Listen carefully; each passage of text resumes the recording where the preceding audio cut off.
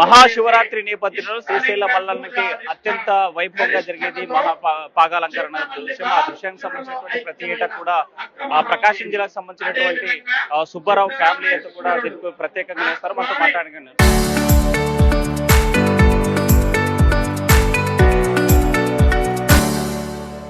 స్వామి చెప్పండి, ఈ వస్త్రం నేసేటువంటి సమయంలో ఎలాంటి నిబంధనలు పాటిస్తారో, ఎట్లా పాగాలంకరణ మూర వెడల్పున 300 మూర పొడవున ఉన్న తెల్లని వస్త్రమును మేము కార్తీక మాసం మొదలుకొని మహాశివరాత్రి ముందు వరకు నియమనిష్టలతో మేము తయారు చేస్తాము.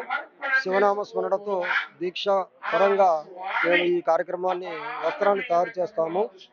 ఆ తయారు చేసిన వస్త్రాన్ని మహాశివరాత్రి పర్వదినం రోజున అనగా ఈ రోజున రాత్రి 10 గంటల నుండి 12 గంటల మధ్య కాలంలో చిమ్మ చీకటిలో దిగంబరంగా స్వామివారి శిఖరం నుండి నందులకు ఈ కార్యక్రమం చేస్తాము. అంటే అనాదిగా మీ కుటుంబానికి ఈ కత్రువు నడుస్తుంది కదా, ఏమనుకుంటున్నారు? మా పూర్వీకులు 3 తరాల నుండి ఈ కార్యక్రమాన్ని నిర్వహిస్తున్నారు. మా తాతలు ముత్తాతలు వాళ్ళంతా కూడా రవాణా సౌకర్యం లేనప్పుడు నడిచి వచ్చి ఈ కార్యక్రమాన్ని నిర్వహించారు. అలాగే ఈ కార్యక్రమం నిర్వహిస్తున్నందుకు మాకు, మా కుటుంబమునకు, మా చేనేత కుటుంబీకులకు చాలా సంతోషంగా ఉంది. వస్త్రం నేసే సమయంలో ఎలాంటి నిబంధనలు, ఆచార వ్యవహారాలు పాటిస్తారు? వస్త్రం తయారీలో మేము నియమనిష్టలు అంటే శివనామ స్మరణకు మేము ఎలాగైతే శివ దీక్ష చేస్తారో అలాంటి దీక్షతో మేము ఈ వస్త్రాన్ని తయారు చేస్తాము. మా చేనేత కుటుంబీకులు దేవాంగ కులస్తులు మాత్రమే ఈ అవకాశం ఉన్నది.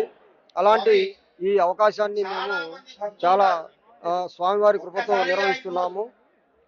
ఇలా 11 పాగాలను మాత్రమే మేము ఈ పాగాలంకరణ కార్యక్రమంలో వినియోగిస్తాము. అంటే 11 పాగాలకు సంబంధించి ఒక్కొక్క పాగాలకు 365 అడుగులు ఉంటుందా? ప్రతి పాగా కూడా మూర వెడల్పున 300 మూర పొడవున ఉండాలి.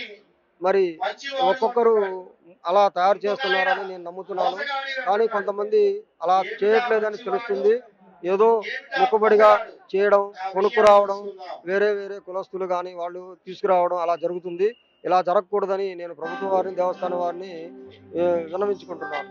ప్రధానం చెప్పండి, ఈ దిగంబరంగానే ఎందుకు పాగాలంకరణ చేయాల్సిన పద్ధతి వచ్చిందంట? ఇది ఆనవాయితీగా పూర్వాచారం నుండి వస్తుంది. అలాగే మేము కూడా మా తండ్రి గారు, మా తాతగారు, మా పూర్వీకులు అందరూ చేసే విధానంగానే మేము చేస్తున్నాము. అది దిగంబరంగా ఈ దిగంబర ఈశ్వరునికి ఈ కార్యక్రమం నిర్వహించాలని మా పెద్దలు చెప్పారు. అలాగే మేము ఈ కార్యక్రమాన్ని నిర్వహిస్తున్నాము. అనాది నుంచి కూడా నడుస్తా ఉంది. 3 తరాల నుంచి పృథ్వీ కుటుంబం అంతా పాగాలంకరణ చేసేటువంటి పద్ధతి నుంచి దానిపై పాటిస్తామని చెప్పి కొనసాగిస్తామని చెప్పి పృథ్వీ సుబ్బారావు చెప్పేట చరిత్ర సృష్టించినోడు ఇప్పుడు ఆ చరిత్రని తిరగరాయబోతున్నాడు. అబద్ధాల గోడల్ని బద్దలు కొట్టి నిజాలను రాగా మీ ముందుంచబోతున్నాడు. నిజమైన వార్తల కోసం వెంటనే డౌన్లోడ్ చేసుకోండి రా యాప్ని.